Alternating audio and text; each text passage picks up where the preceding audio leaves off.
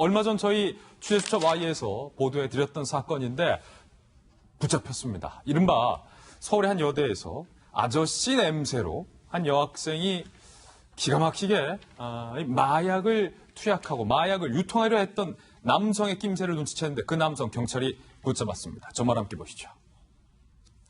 당시에 이 아저씨 냄새로 어떻게 마약 수배자의 낌새를 챈 이 여대생에 대해서 저희 방송 이후에 많은 우리 시청자분들의 찬사가 이어졌습니다. 적어도 개코다라는 거죠. 지난 3월 한 여대 화장실에 잠입을 해서 고장이 붙어있는 칸 안에 숨어있던 50대 남성 김모 씨. 여학생이 옆에서 아저씨 냄새가 나서 뭔가 좀 이상하다라고 봤더니 약간 남자의 어떤 발이 보였다는 거예요. 그래서 몸싸움으로 붙잡으려 했는데 이 남자가 도망쳤는데 가방과 외투를 벌어줄 때 도주한 바 있었죠. 떨어뜨린 가방에선 당시 필로폰으로 추정되는 물질 1g과 빈 주사기 1개가 발견이 돼서 경찰이 용의자를 특정했더니 상습 마약법 지명 수배자였습니다. 2주간의 경찰이 탐문 수사 끝에 지난 1일 드디어 잡았어요. 부천의 한 찜질방에서 검거를 했습니다. 경찰 조사에서 이 남성이 거기 도대체 그 여대 화장실 왜 들어갔냐라고 경찰이 묻자 황당하게 이렇게 답변을 했어요. 화장실이 급해서 들어갔습니다. 아니, 화장실이 급해서 여대의 여자 화장실에 들어갑니까? 말이 안 되죠.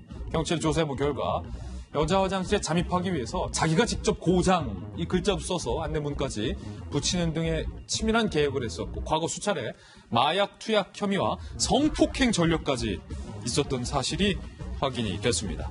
2017년 마약류관리법 위반 혐의로 징역 1년, 집유 2년 선고됐었고 집행유예 기간 동안 마약을 재투약해서 3차례에 걸쳐서 필로폰을 투약했던 것으로도 확인이 됐습니다. 경찰은요, SNS를 통해서 이른바 던지기 수법으로 마약을 구매한 후 투약하기 위해서 저 여대 화장실에 잠입을 했다라는 결론을 내렸습니다. 배상훈 프로파일러. 2주간의 탐문 수사 끝에 결국 잘 붙잡았는데 해명이 참으로 황당합니다. 화장실이 급해서 들어갔습니다. 그런데 치밀하게 계획을 했던 거였죠? 예. 화장실 급해서 들어갔다는 건 사실은 거짓말일 거고. 거짓말이다. 동기가 두 가지가 있을 것 같습니다. 예. 그러니까 성적인 목적과 마약을 공급하거나 공급받거나. 그러니까 지금 이 상황에서는 마약을 거기서 투약하기 위해서 갔다고 하는데 실제로는 가방에 들어있는 도구가 안 보입니다. 지금 경찰에서 발표한 거는 주사기랑 1g 정도라고 하는데요. 예. 실제로는 굉장히 많은 양입니다. 저 양이. 그렇다고 하면 저거는 투약용이라기보다는 특정한 형태의 다른 형태의 공급이라든가 이런 것과 연관이 있을 수 있다는 걸 충분히 다시 수사를 해야 될 부분이라고 보여지고요. 이건 정확히 계획적인 범죄라고 보여집니다. 절대 화장실이 급해서가 아니다. 그럴 리가 없겠죠, 당연히. 예.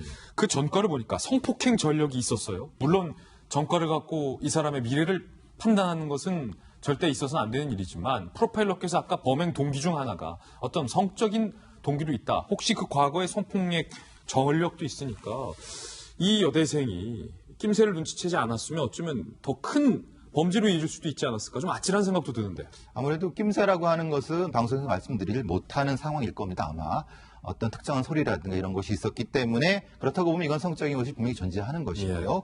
그 여대생이 민감한 어떤 그 감각을 발휘해 갖고 그래서 이제 나온 다음에 주변에 도움을 찾아갖고 이제 몸싸움 끝에 이제 신고를 했는 부분이라고 보여지면은 두 가지가 다 존재할 수 있는 거죠. 그러니까 성적인 형태, 특히 이제 여자 화장실에 대한 특정한 변태적인 형태가 있을 수 있기 때문에 분명히 수사는 같이 할 겁니다. 예. 동기가 근데 결합될 수도 있습니다. 이것은. 예.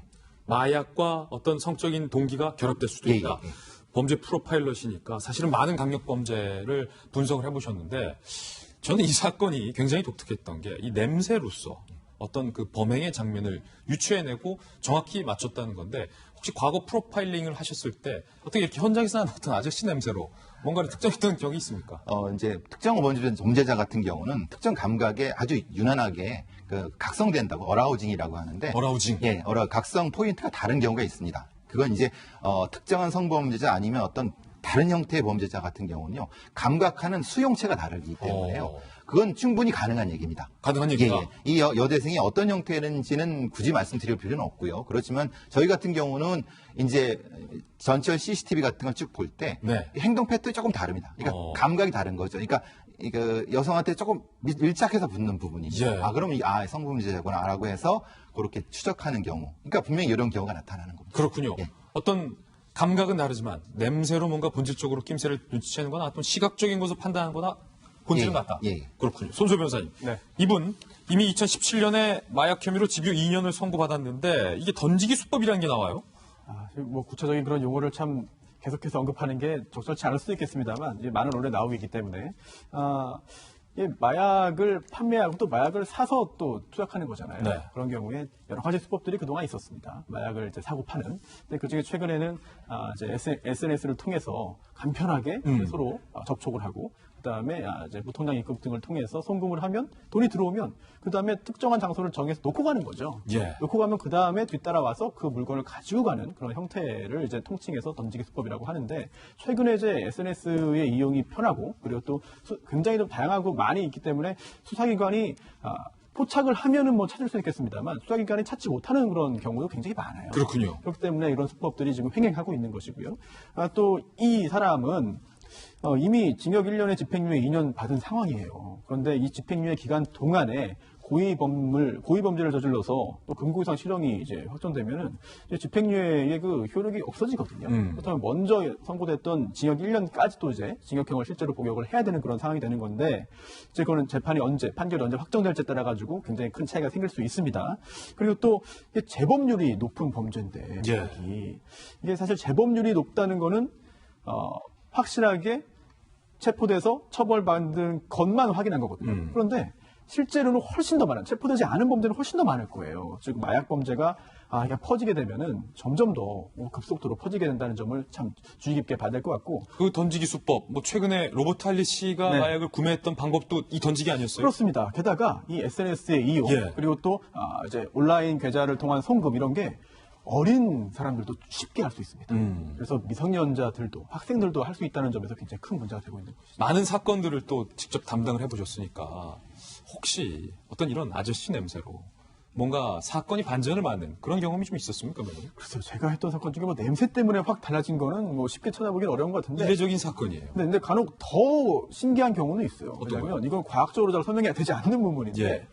뭐 느낌이 그렇다. 느낌이 그렇다. 또는 뭐 꿈에 나왔다. 꿈에 나왔다. 사실 그런 걸 통해 물론 그런 거 그냥 쉽게 그냥 뭐 이상한 소리 하지 마세요라고 넘어갈 예. 수 있는데 실제로 그 수사를 담당하는 경찰 중에는요 그런 거 하나 하나에도 좀 특별하게 좀 신경을 쓰는 경우도 있고요. 오. 대부분의 경우는 뭐 그냥 아무 일도 없이 넘어가겠지만 간혹 가다가는 정말 그게 수사의 단서가 돼서 파고 파다 보니까 정말 범죄가 나오는 경우도 있거든요. 느낌이 그렇다. 네, 그럼 정말 수사관 중에서도 그런 쪽의 느낌이 발달되는 경우도 있는 것 같아요. 예.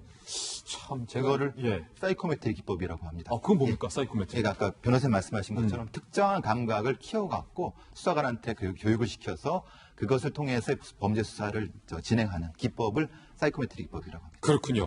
하여튼 이 사건을 처음에 보도해드릴 당시에 많은 분들이 좀 빨리 좀 붙잡혀서 이 사건의 실체를 좀 정확하게 좀 알고 싶다 하셨는데 아저씨 냄새로 시작된 이 사건의 용의자가 결국 검거됐다는 소식도 전해드렸습니다.